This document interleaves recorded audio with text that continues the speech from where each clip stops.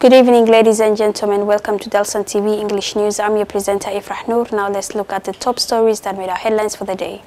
Mogadishu police seize suspected Al-Shabaab militant after botched grenade attack. Spearheaded by Minnesota Representative Dalsan Hassan arrives in Mogadishu. And finally, dear viewers, SODMA Commissioner opens an internal review and retreat exercise meeting for the agency's personnel in Mogadishu. Welcome back, dear viewers. Now let's delve into the full bulletin. Somali police in the capital, Mogadishu, apprehended a suspected Al-Shabaab militant on Monday after hurling a grenade at a house last night. The grenade targeted the residence of a senior Somali military commander identified as Liban Madaxweyne, located in Hodan district. Our reporter has more of the story. Somali police in the capital Mogadishu have on Monday apprehended a suspected Al-Shabaab militant after hurling a grenade at a house last night. The grenade targeted the residence of the senior Somali military commander identified as Liban Madaxweyne, located in the Hodan district. However, the grenade failed to explode. The individual was nabbed by authorities after attempting to escape from the scene of crime following his aborted mission. Security forces say the man is under police custody and being interrogated to establish his motive. Mogadishu has in the recent months witnessed relative calm following heightened 24-hour security surveillance and operations by different components of the police that have successfully led to the arrest of several individuals suspected of being Al-Shabaab operatives. Somali government has intensified military operations against the terror group in central and southern parts of the country, which have led to the killing of hundreds of insurgents and withdrawal from strategic towns.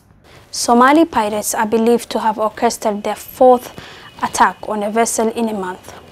Security officials are confirming reports that a Yemeni fishing boat was hijacked and was last seen in Somali waters over the weekend. Could these attacks herald a resurgence of Somali pirates along Somali coastline? Our reporter has more on the story. Somali pirates are believed to have orchestrated the fourth attack on a vessel in a month. Security officials confirmed reports that a Yemeni fishing boat was hijacked and was last seen in Somali waters over the weekend. The UK Maritime Trade Organization confirmed an earlier report that a Yemeni fishing vessel was hijacked. According to local authorities, the fishing boat Merat 2 was last seen heading north along the Yemeni coast. The vessel was described as 58 feet long with a white hull. It is unknown how many passengers were on board. The vessel's last known position was approximately 8 miles north of Ail on Somalia's southwest coast, which faces the Arabian Sea. It is located in the semi-autonomous region of Puntland State. It is the same area from which the other recent pirate attacks that occurred earlier in December originated. According to EUNAVFOR, the last confirmed piracy incident in the region occurred in 2019.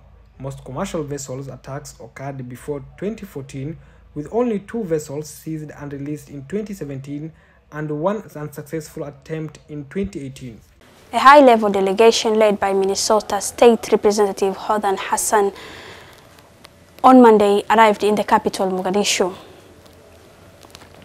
During her stay in the country, Hodan is scheduled to hold a series of meetings with senior government officials and other high-profile figures in a bid to enhance the cooperation between the two countries on legislation and governance. Our reporter has more on the story.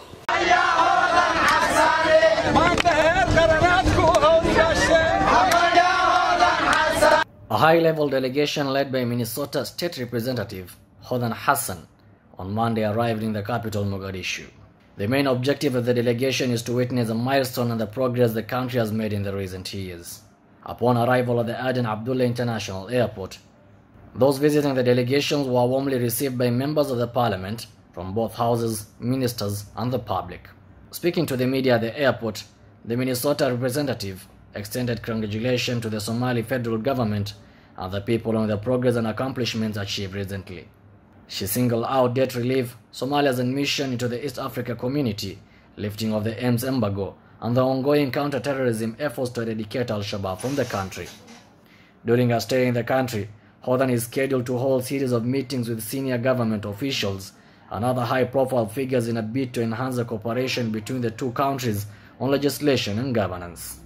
The Somalia National Disaster Management Agency, in collaboration with the local administration of Jalalaqsi district in the Hiran region, on Monday distributed relief aid to 1,500 families who were struggling at the city's main hospital. Jalalaqsi district and its environs are among the areas adversely impacted by the heavy torrential rains that have displaced hundreds of people and disrupted livelihoods in the town.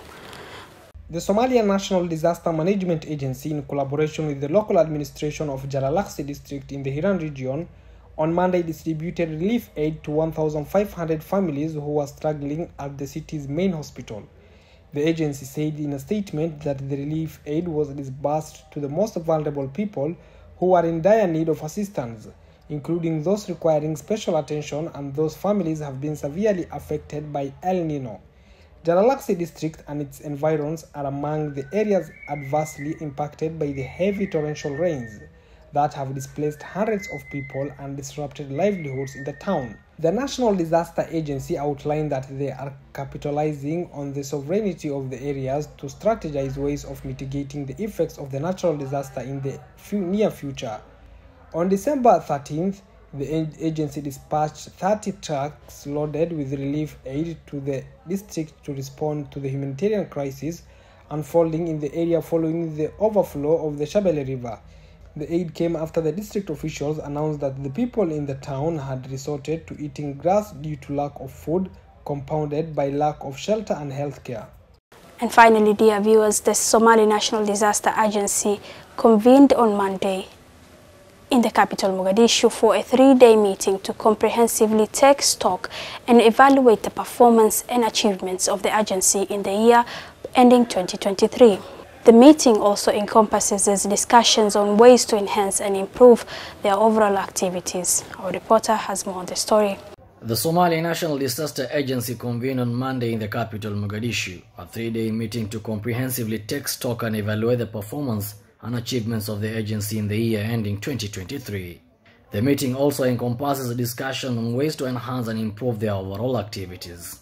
The Commission of the National Disaster Agency, Mohammed Muallim Abdullah, inaugurated the meeting, which also seeks to address the shortcomings and obstacles that plague the agency in their line of duty. Its mandate of serving Abdullah has in the past highlighted the agency is facing serious financial constraints to execute its mandate of serving the Somali people who have been severely impacted by the El Nino-induced floods. However, the agency has recently bolstered relief and humanitarian assistance to the families hard hit by the flooding across the country. Dear viewers, that's all we have prepared for you today. Kindly stay connected to Dalsan TV's platform and we wish you a lovely evening.